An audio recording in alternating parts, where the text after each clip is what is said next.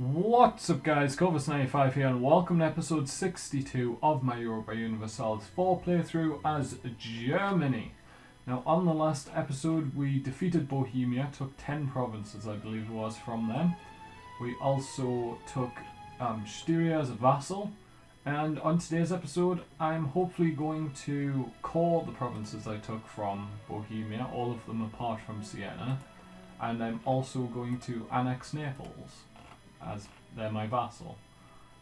I'm at max relations, so I'm going to have to give them a gift unless I already have that modifier.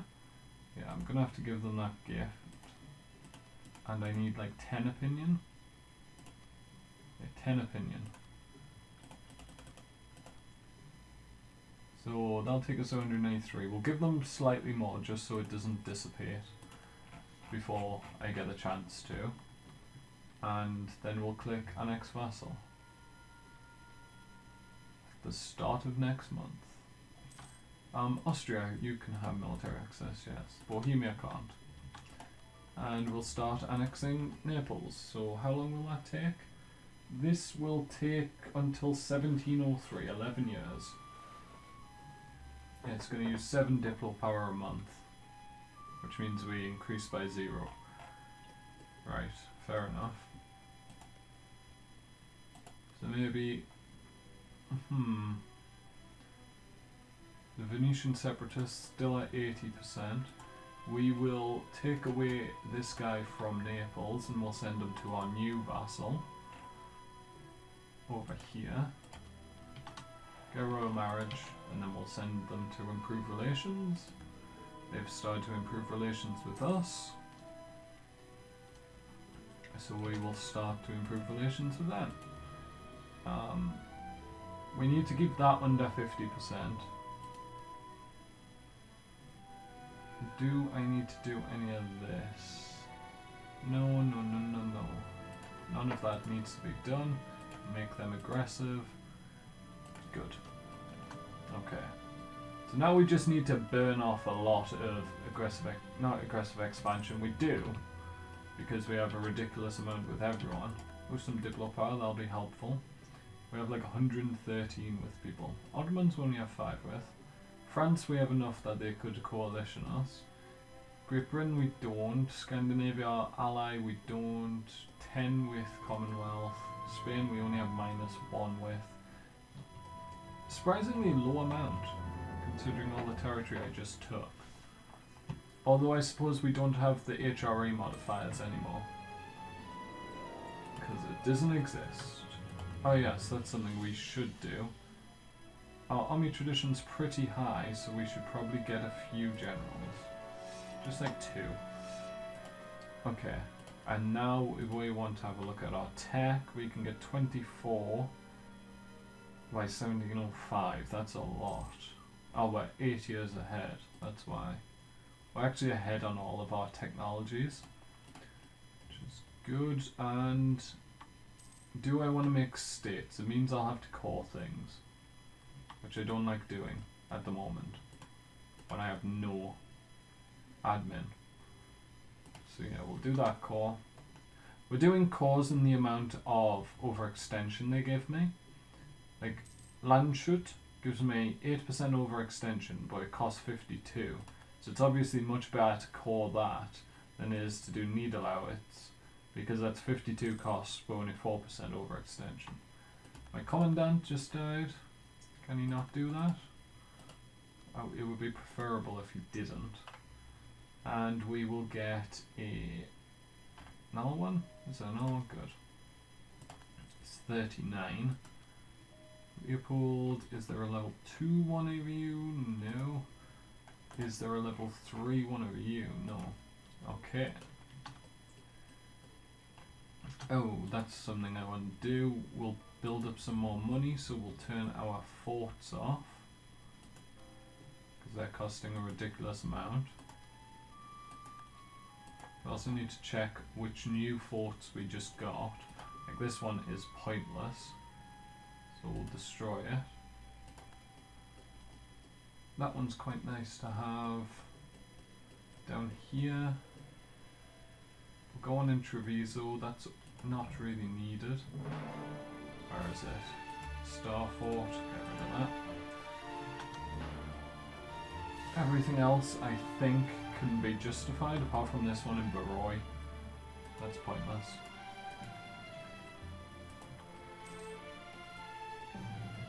Yeah, I think everything else is justifiable. The next country I believe we're going to go to war with is all these tiny little guys in the middle. Can you go help with that before it kills my army? Let's have a look at the ball. There we go.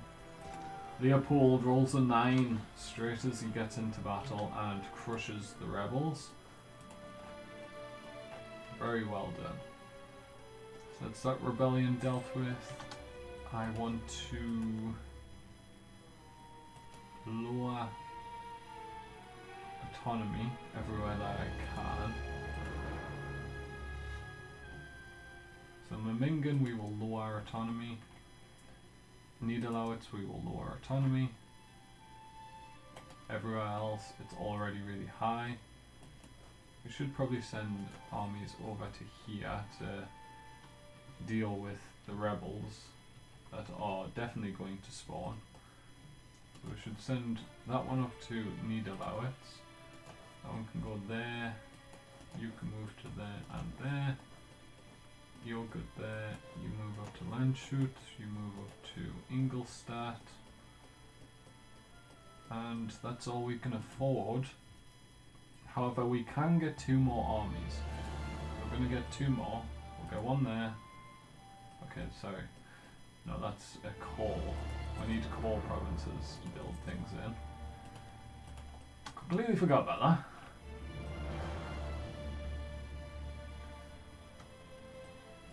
Right. We are going to have to go to war with the Commonwealth at some point as well. To take Prussia.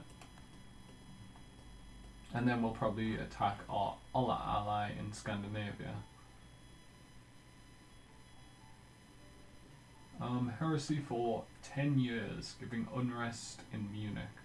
That is okay. So down here in Munich, we've got autonomy increasing. It's actually going down, and always will be as long as I'm at peace. So we don't really have to worry about that event. 2% unrest is nothing. It's offset perfectly.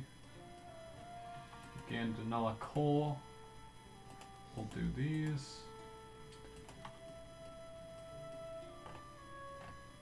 Okay, so these new armies, here's one of them. You can head down to Budweis or Budweis. Not sure how it would be pronounced. I think this one in Königsberg's not really that necessary, but we'll keep it for now. Again, another core in Oberlausitz. We should be able to core something. No, not quite. We need 8 more. Bohemia now has more troops than they had in the entire war against me. Like, I saw like maybe 5,000 Bohemian troops in the entire war. I'm guessing the Commonwealth just smashed them to pieces over here. Call that.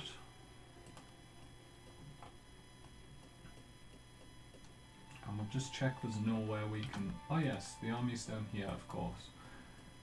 Yeah, we'll move these up to Königsberg and Prague? Prague, of course. Right, where is the... Maybe you should move to a province with not as much unrest. Army that is probably going to be destroyed. Maybe that would be a good idea. Not have my 20 stack of cannons just sat on a province with 20% unrest. Let's have a look, or 15%, that's not bad. Right, how much do these cost? 99 to harsh treatment. I think I'll just let them rebel.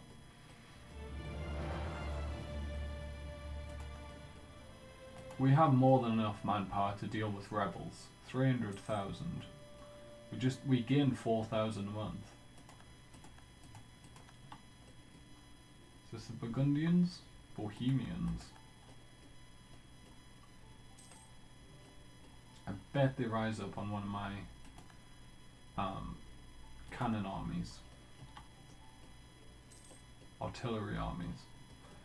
Okay, so it looks like Ulm is destroying Switzerland, which is interesting. Right, once we get to, I think if we get down to like 20% war overextension, we can consider going to war again. Because we should have nationalism casus belli against everyone here. We do need to recall a diplomat. We'll probably bring the one back from Spain since we have the highest relations with that. All of our generals are dying. They can both have military access. That's fine. And there seems to be a bit of an alliance chain here, because Ulm and Ravensburg are both sieging Switzerland. Oh, it was Switzerland who declared war. And then Ravensburg declared war on Switzerland. Well, Switzerland didn't plan that out very well. Yeah, I was going to say it would be nice if they could take that territory. Because then I can just take it from one of them instead of multiple. Autonomy decreased, has gone away, which decreases unrest in some provinces, which is nice. Why is Niederlauer so expensive to core? Because of Czech nationalism. It's Saxon. It's not Czech. Increased coring cost. Because it's part of Bohemia. So all of these had increased coring cost. But why was that so much more expensive than it should have been? I'm not sure. There we go. So that all started coring. Down to 43. So once we're finished, maybe those 4, we can go to war. Get some diplo power for some inflation. That's fine.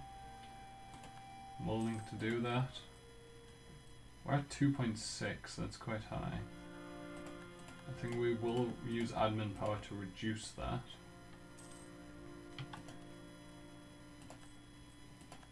Since we are going up because of our gold mines.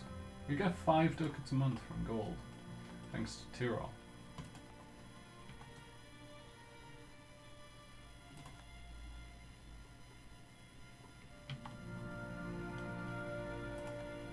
Okay. Commonwealth wants me to come to their aid in the Commonwealth conquest of Tula against the Golden Horde and Bohemia. They're guaranteed by the Ottomans, so this would put us at war with the Ottomans most likely. I don't want to go to war with the Ottomans. And you're at war with the Ottomans. We could go back to war with Bohemia, which I don't really want to do, so I'm afraid, Commonwealth, that this is going to be the end of our relationship. Goodbye. We do lose 25 prestige from that, which sucks, but I think we can deal with it. We're at the point in the game where allies don't really make much of a difference. They're just handy. Styria now actually likes us. They're in positive opinion of me. And our army is under attack over here. We will reinforce with all the neighbouring armies. And we will destroy that army. Good. Separate out. That should actually reduce the revolt risk in a lot of provinces.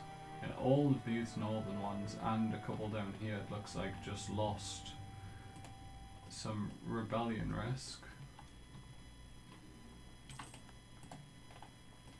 Okay.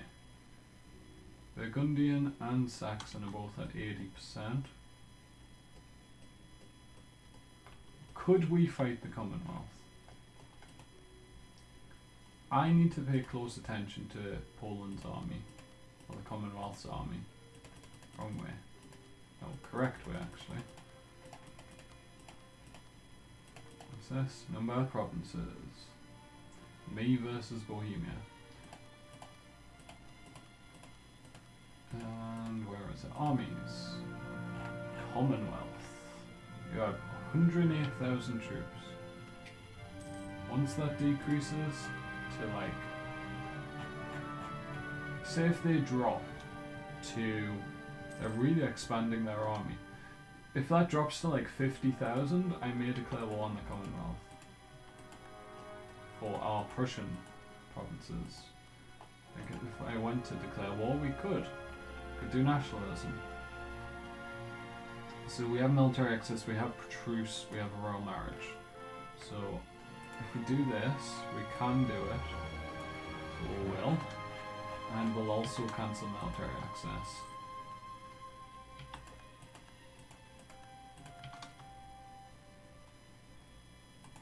Calm Poland. Cancel. There you go.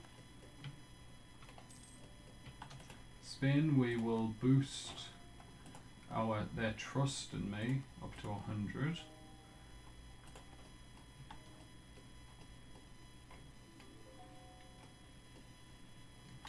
The Ottomans want military access, sure. Golden Horde do as well to crush the Commonwealth.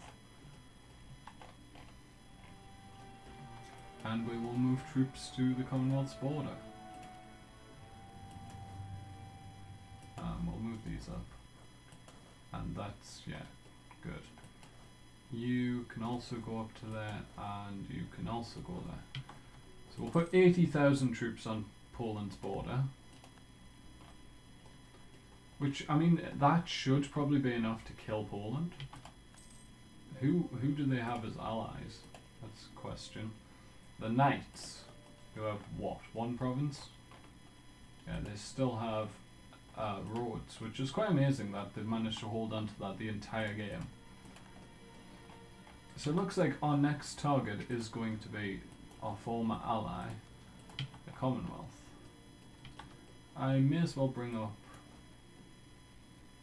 perhaps this army with a very fast leader, this dude.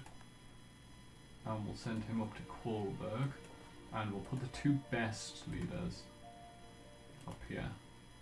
So that dude, and instead of that one, we will put this guy. There we go. We've got 2 3-star leaders on our attack armies, and we will check Commonwealth's army. They have 84,000 men. Switzerland will be forced to give Ravensburg some money. Could we do a multiple front war, including a war against Poland? I think we could, which is kind of crazy. You join up with this army, please. Group up. This guy's not the best leader. Let's go the 4-4. And I think we will declare war on Ulm. Assuming no truce, we don't have a truce, good. We will do nationalism, and we will declare war. And then we will march into their army. Kill it, hopefully. Yeah, stack wipe, good. And then we will check, they only have the one fort, so we will just detach our cavalry, and then we'll send our cavalry to go siege the rest of their country.